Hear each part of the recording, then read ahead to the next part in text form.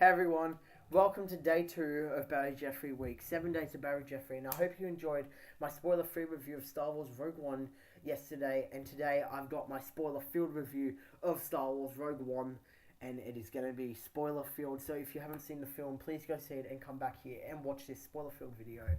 Alright, spoilers, here we go. So, Star Wars Rogue One comes out in the US today, and as you guys know, if you watched my previous video, I got to see it yesterday. So I have the pleasure of providing you with all the spoilers you need to absolutely have Star Wars Rogue One wrecked for you if you have not seen it, or if you've seen it. It's great that you've come here to talk spoilers, so let's go. Alright, now I can talk about everything. So at the start of the film, we've got the Empire who come to Galen Erso and try to kidnap him and his wife and child, Jyn Erso, in hopes of finishing the super weapon, the Death Star, which, as you know from the original Skywalker trilogy, is the major super weapon that the Empire build that can blow up planets. So let's talk about the start.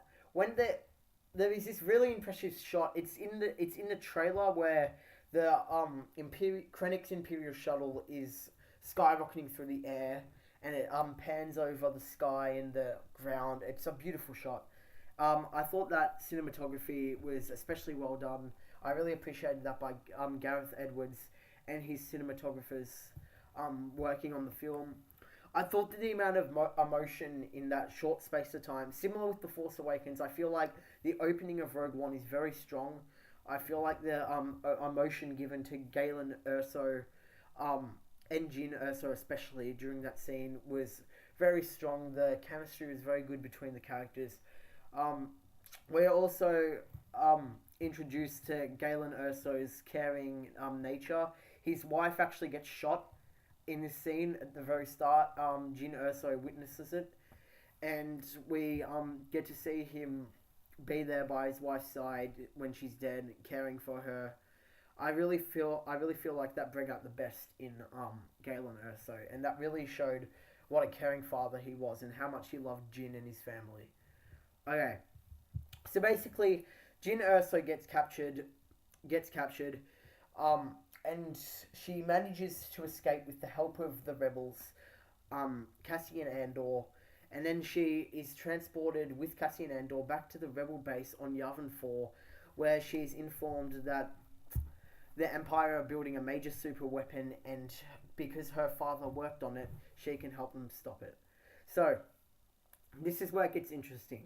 So they go on their mission and all that, and they try to get the Death Star plans because they get an incoming holographic message from Jyn Erso's father saying that he's placed. Oh, and also this clears up a major plot hole in Star Wars: A New Hope, which has bugged fans for ages, like me, I'm sure.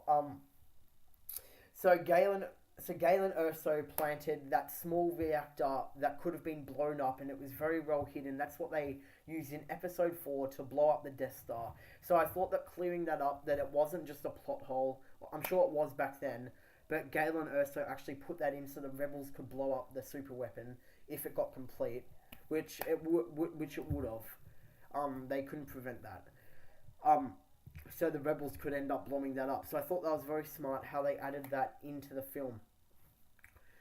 She then goes with Cassian Andor and meets a whole group of people. We've got Donnie Yen's character. We've got Baz Man something. We've got Forrest Whitaker's character, who we all meet, and the cast is really good in the film. The characters, they may not be well developed because they only had such a short space of time to cram in a lot of characters, but I feel like their connections and chemistry between them was especially good. One thing to note is Darth Vader is also in this film, played by James Earl Jones. Once again, he's brilliant. I love him, and I don't think it will, but I would love for him to be in every Star Wars film, or at least another one before he gets too old, because he's awesome. I'll talk more about him later in the spoiler review, which is in a few minutes. So, basically from there, the rebels try to get the rebels, Cassian Andor, Jyn Erso, and their little group try to get the wider range, the whole branch of rebels, to come out and fight to try and steal the Death Star plans, because their father said, now that the father said that they built the small reactor which can blow up the Death Star, they need the plans so the rebels can find the reactor and blow it up. So basically, they don't get the support, and the 10 men or whatever they've got go off to Scarif in order to find the plans. And this is where the movie really takes off and gets really good. The Battle of Scarif is amazing. I'm not going to lie. It is great.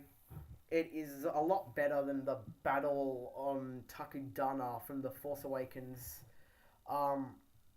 And The Force Awakens had better characters and character development, which is what ultimately made it a better film than Rogue One. But Rogue One, this battle is just, I feel like the action in Rogue One is leaps and bounds better.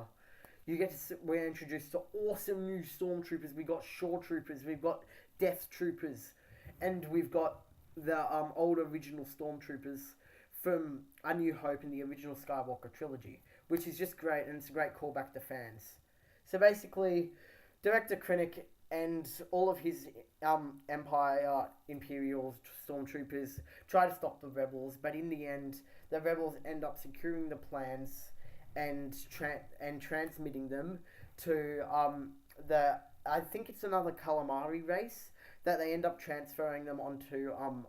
They end up transferring them to the calamari race, and they burn it on a DVD, and they give it to Princess Leia at the end. But unfortunately, as many of us may have guessed, pretty much all of the rebels die in this film.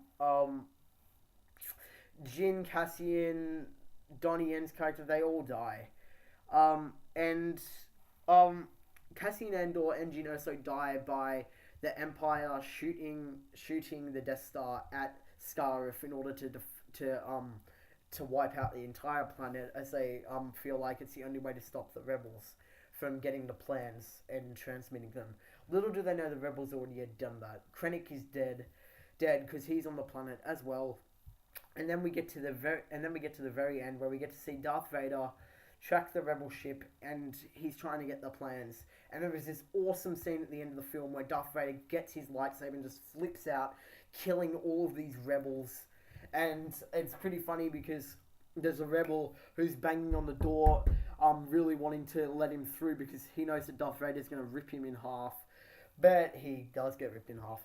And basically, Darth Vader is seen chasing the rebels with the disc, but they deploy a ship and escape just in time.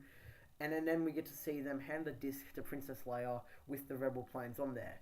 So basically, this ends off right where A New Hope starts, where you see the sky, and you see the big Imperial Death Star there.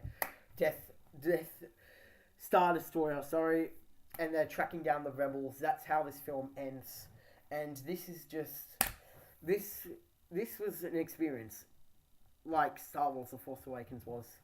And speaking of The Force Awakens, I will be reviewing The Force Awakens tomorrow, and then I'll be doing my 2016 in-review series coming in the following days, so stay tuned for that, along with heaps of new release films coming your way very soon.